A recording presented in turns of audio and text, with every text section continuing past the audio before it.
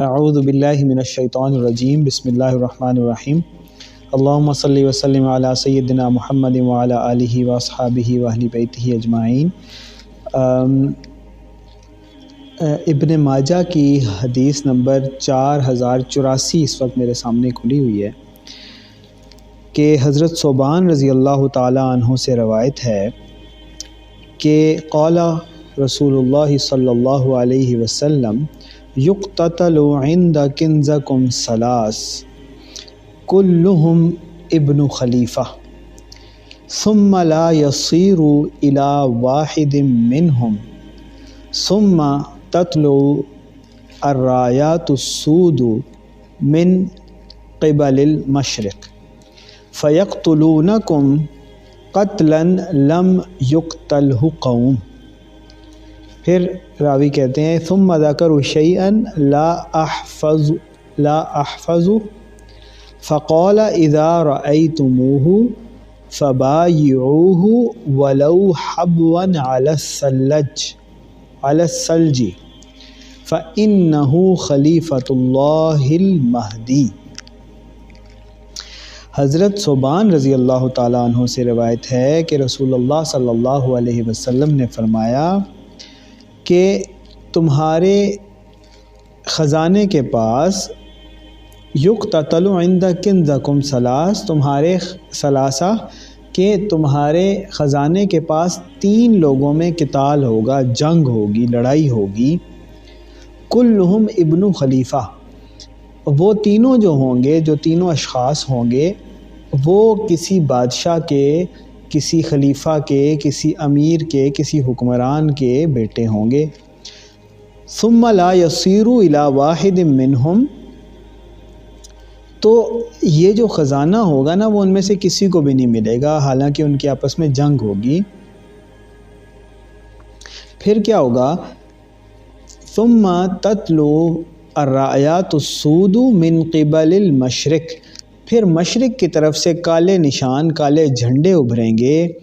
فیقتلونکم، پھر وہ تم لوگوں سے ایسے قتال کریں گے، تم لوگوں سے ایسے جنگ کریں گے، تم لوگوں سے ایسے لڑائی کریں گے، قتلا لم یقتلہ قوم، کہ جیسے کسی نے اس طرح سے تمہارے ساتھ جنگ نہیں کی ہوگی۔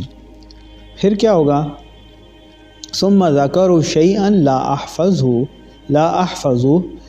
پھر حضرت ثوبان رضی اللہ تعالیٰ عنہ کہتے ہیں کہ آپ صلی اللہ علیہ وسلم نے کسی چیز کا ذکر کیا جو مجھے یاد نہیں ہے۔ فقال فاذا رأیتموہ، پھر آپ صلی اللہ علیہ وسلم نے فرمایا کہ جب تم ان کالے جھنڈوں کو دیکھو جو مشرق کی طرف سے آئیں گے، فبایعوہ ولو حبوا علی الثلج، تو پھر تم ان کے ہاتھ پر ضرور بیعت کرنا۔ فبایعوہ ولو حبوا علی الثلج، کہ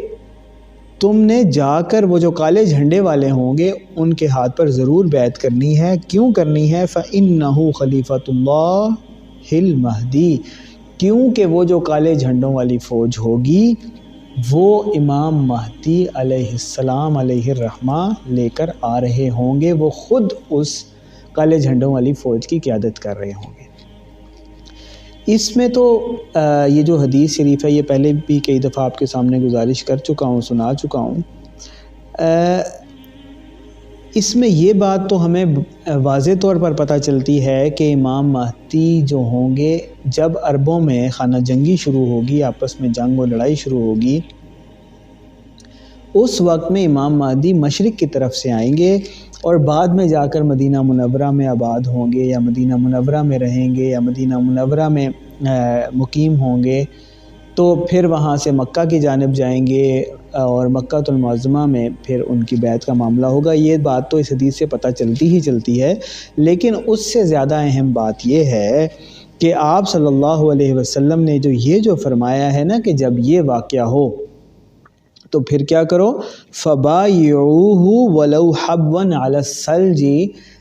کہ چاہے تمہیں گلیشیئرز کے اوپر گھسٹ کر جانا پڑے، چاہے تمہیں سیاچن میں سے گزرنا پڑے، چاہے تمہیں برستی ہوئی گرتی ہوئی برف میں سے جانا پڑے تو تم نے جانا ہے اور جا کر ان کے ہاتھ پر بیعت کرنی ہے، ان کا ساتھ دینا ہے۔ فَإِنَّهُ خلیفۃ اللہ المہدی، تمہیں چاہے برف کے اوپر گھسیٹ کر جانا پڑے، چاہے تمہیں گلیشیئرز میں سے جانا پڑے، تمہیں جا کر ان کے ہاتھ پر بیعت کرنی ہوگی۔ فَإِنَّهُ خلیفۃ اللہ المہدی، کیونکہ وہ فوج امام مہدی رحمہ اللہ کی فوج ہوگی۔ اگر یہ پہلے بھی آپ کے سامنے ذکر ہو چکا ہے، ریمائنڈر کے لیے میں پھر ذکر کر رہا ہوں کہ صحرا کا سفر بڑا مشکل ہوتا ہے، اور آپ صلی اللہ علیہ وسلم مکہ معظمہ کے رہنے والے تھے، صحرا کے اندر ایک شہر آباد تھا، اور جو عرب کے لوگ تھے، مکہ معظمہ کے لوگ تھے، وہ اس چیز سے بخوبی واقف تھے کہ صحرا کا سفر انتہائی مشکل ہوتا ہے۔ اگر ایک جگہ سے دوسری جگہ صحرا میں جانا پڑے تو وہ اونٹ کی خاص سواری جو ہوتی تھی وہ اس کے ذریعے سفر کرتے تھے، اور ایک بندہ سفر نہیں کر سکتا تھا، پورا قافلہ سفر کرتا تھا، اور قافلے کے پورے لوازم ہوتے تھے کہ کس طرح یہ قافلہ سفر کرے گا، کون آگے جائے گا، کون پیچھے سے حفاظت کرے گا، اسی طرح قافلے کی جو ضروریات ہیں ان کا کیسے خیال رکھا جائے گا، پانی کون مہیا کرے گا، کھانا کیسے مہیا کیا جائے گا، ڈاکو ہو جائیں، رستے میں جنگلی جانور حملہ کر دیں تو کیا ہوگا، یہ سارے معاملات دیکھنے پڑتے تھے۔ اور گرم صحرا جو ہیں وہ زیادہ تر جو ہوتے ہیں انتہائی گرم ہوتے ہیں، اور گرمیوں میں جو صحرا کا سفر ہوتا ہے وہ انتہائی مشکل ہوتا ہے، اور کئی لوگ جو ہیں اس سفر میں درمیان ذرا سا بھی اگر آپ بھٹک جائیں تو درمیان میں ہی سفر جو ہے وہ رہ جاتا ہے، اور اس صحرا سے نکلنے کا کوئی راستہ نہیں ہوتا، کیونکہ وہاں کوئی نشانی نہیں ہوتی، ایک اندازے سے چلنا ہوتا ہے، اور ذرا سا بھٹکنا جو ہے وہ جان لیوا ہو سکتا ہے، اور انسان وہاں پر سسک کر بھوک اور پیاس سے مر جاتا ہے، کیونکہ صحرا میں نہ تو پانی کے چشمے ہوتے ہیں، نہ ہی پھلوں کے درخت ہوتے ہیں، نہ ہی وہاں پر فصلیں ہوتی ہیں، اور نہ ہی وہاں کوئی آبادی ہوتی ہے۔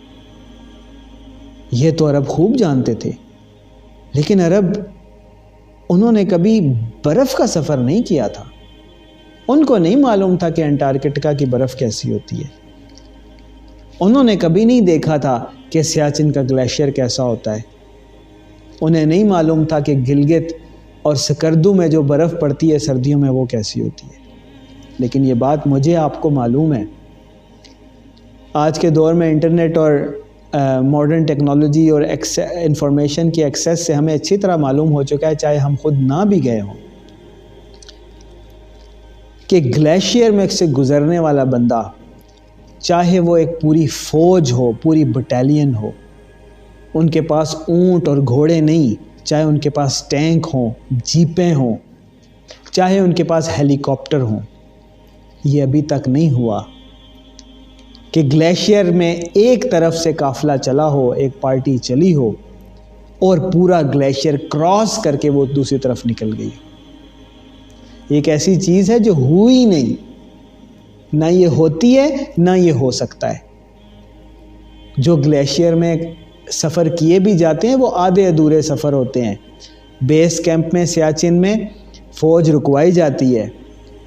پھر فوج اور ہیلی کاپٹر اور ایکوپمنٹ وہ سارا ایک خاص حد تک چند کلومیٹرز تک تو جا سکتا ہے، وہاں سے واپس آ کر بیس کیمپ میں تو ٹھہر سکتا ہے، لیکن وہ پورا گلیشیئر کراس کر کے دوسری طرف نہیں جا سکتے، ایسی چیز ہوتی ہی نہیں ہے۔ ہاں، بہت بڑے بڑے پورے ملکوں کی فورسز لگیں تو پھر کاٹ کاٹ کے سال کے سفر سے گلیشیئر میں سے کوئی ایسا راستہ بنا لیا جائے ماڈرن ٹیکنالوجی کے ذریعے سے کہ وہ گلیشیئر ہی نہ رہے، سرنگیں رہ جائیں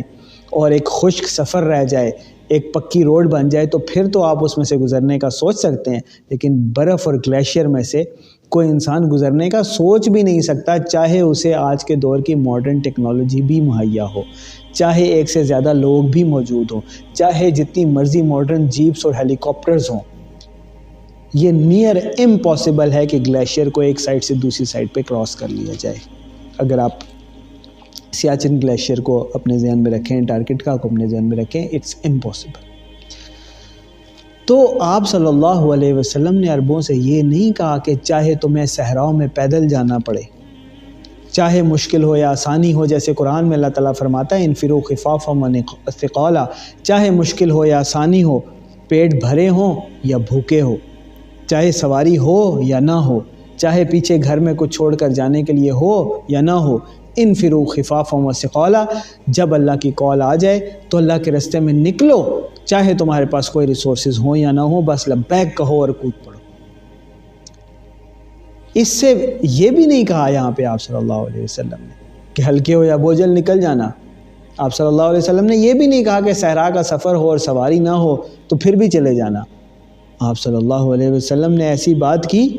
کہ جو عربوں کے لیے بھی انہونی تھی کہ چاہے تمہیں برف کے اوپر گھسٹ کر جانا پڑے تو تم جانا اور امام مہدی کے ہاتھ پر بیٹھ کر۔ یہ اتنی سخت بات ہے، اتنی سخت بات ہے، اتنی بڑی اوبلیگیشن ہے، اتنی بڑی ذمہ داری ہے کہ یہ بات کم از کم میرے جو ناقص سمجھ ہے، میرا جو ناقص علم ہے، میری نظر سے یہ نہ کہیں قرآن میں گزری ہے، نہ کہیں حدیث میں گزری ہے، نہ کسی جہاد کے موقع پر، نہ کسی قتال کے موقع پر، نہ کسی مشکل کے موقع پر، نہ کسی آسانی کے موقع پر اس طرح کی سخت کال اور اس طرح کی سخت آرڈرز مجھے کم از کم اللہ اور اس کے رسول صلی اللہ علیہ وسلم کی طرف سے نظر نہیں آئی، اور نہ ہی اتنے سخت آرڈرز پچھلے روایات میں، روایات اسرائیلیہ میں کہیں میری نظر سے گزرے۔ یعنی کہ امام مہدی کا معاملہ ایسا ہوگا، اس قدر سخت قول ہوگی کہ کوئی پیچھے نہیں رہ سکے گا، چاہے مشکل ہو یا آسانی ہو، اس کو جانا ہوگا، چاہے گلیشیئرز میں سے گزر کے جانا پڑے، چاہے، اور گلیشیئر میں سے آپ کو پتہ ہے کہ وہ آپ جب پاکستان کی فورسز بھی جاتی ہیں سیاچن میں آپریشنز کے لیے تو کتنے لوگ تو رستے میں ہی شہید ہو جاتے ہیں، جو بچتے بھی ہیں تو کسی کے ہاتھ کاٹنے پڑتے ہیں، کسی کے پاؤں کاٹنے پڑتے ہیں، کسی کا جسم گل جاتا ہے اور کہیں کوئی وہیں پر رہ جاتا ہے، ان کی باڈیز بھی نہیں ملتی۔ تو یعنی تمہیں ہاتھ پاؤں کٹوانے پڑیں، اپنی جان سے جانا پڑے، بھوک پیاس برداشت کرنی پڑے، انتہائی سردی تک برداشت کرنی پڑے، چاہے سواری ہو یا نہ ہو، تمہیں جانا ہوگا امام مہدی کے ہاتھ پر بیعت کرنے۔ بات آپ لوگ یقیناً سمجھ رہے ہوں گے، میں مخاطب ہوں آپ لوگوں سے، پاکستان کے عوام سے، امت مسلمہ سے، پاکستان کے بچوں اور بچیوں سے، نوجوانوں سے، ماؤں اور بہنوں سے، بزرگوں سے، ہر ایک سے میں مخاطب ہوں۔ کیا میری اور آپ کی روٹین، کیا میری اور آپ کی زندگی اس طرح سے گزر رہی ہے جیسے محمد رسول اللہ صلی اللہ علیہ وسلم نے حکم دیا تھا؟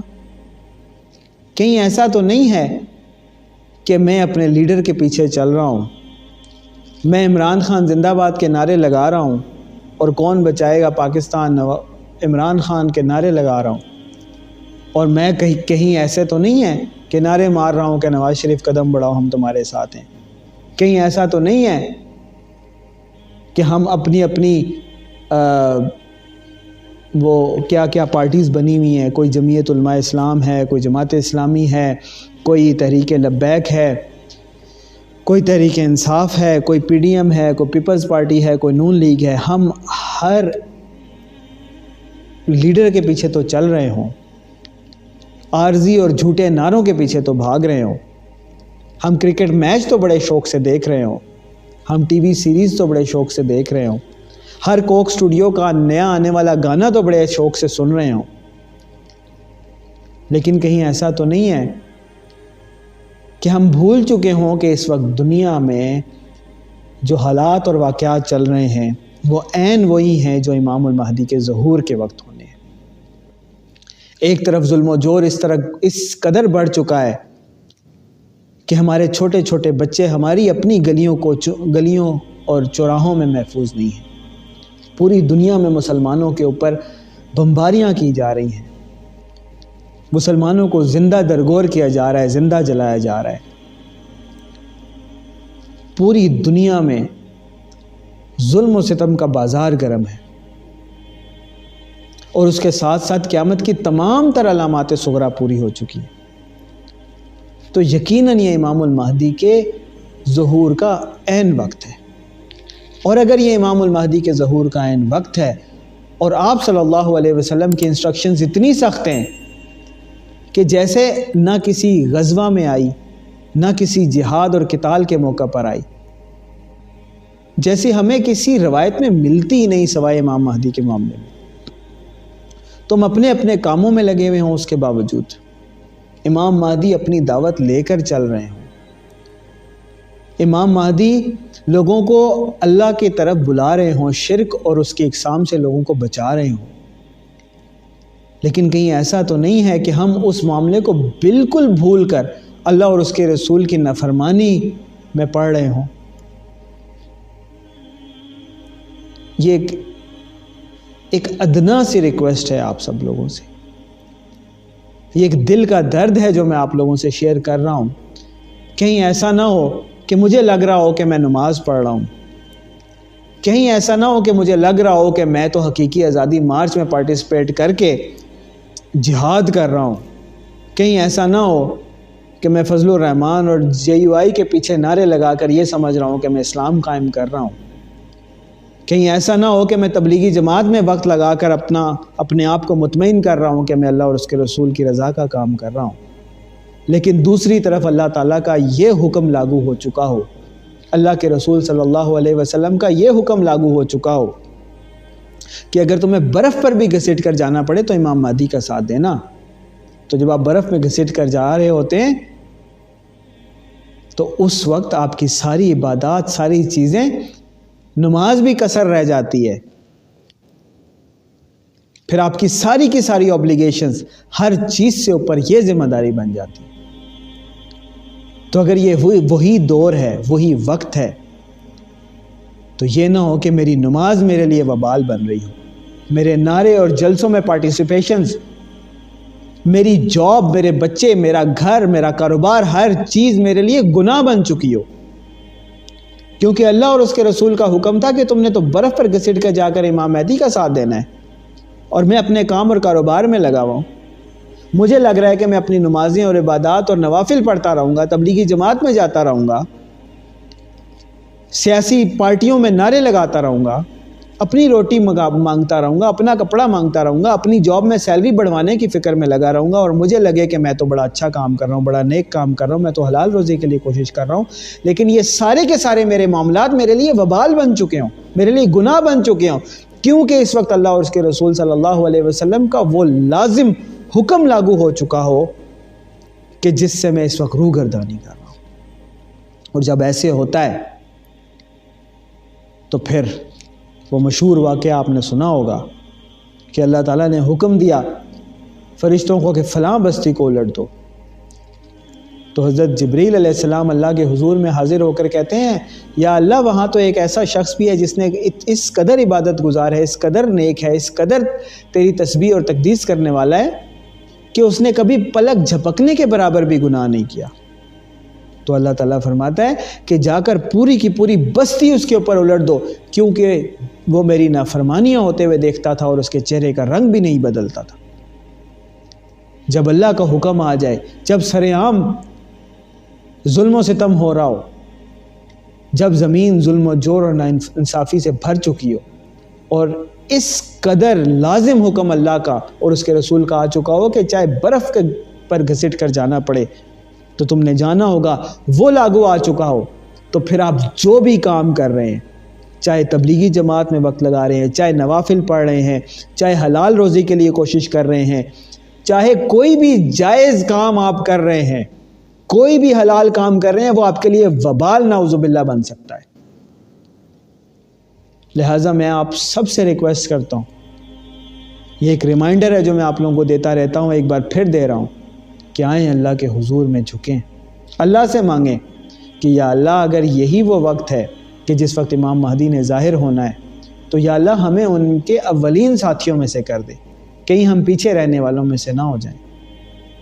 یا اللہ کہیں ہمارے اوپر تیرا وہ وبال نہ پڑ جائے، تیرا وہ غصہ نہ پڑ جائے کہ تیرا کوئی بندہ تیری طرف سے بھیجا گیا خلیفۃ اللہ، وہ اپنی دعوت پھیلا رہا ہے، وہ شرک سے لوگوں کو روک رہا ہے، لیکن ہم اپنے کاموں میں پڑے ہوئے ہیں۔ یا اللہ ہمیں ایسی گمراہی سے، ایسے وبال سے بچا لیجیے۔ تو آئیں ہم سب اللہ کے حضور میں دعا کریں، اللہ سے مانگیں کہ یا اللہ جہاں کہیں پہ بھی امام مہدی ہیں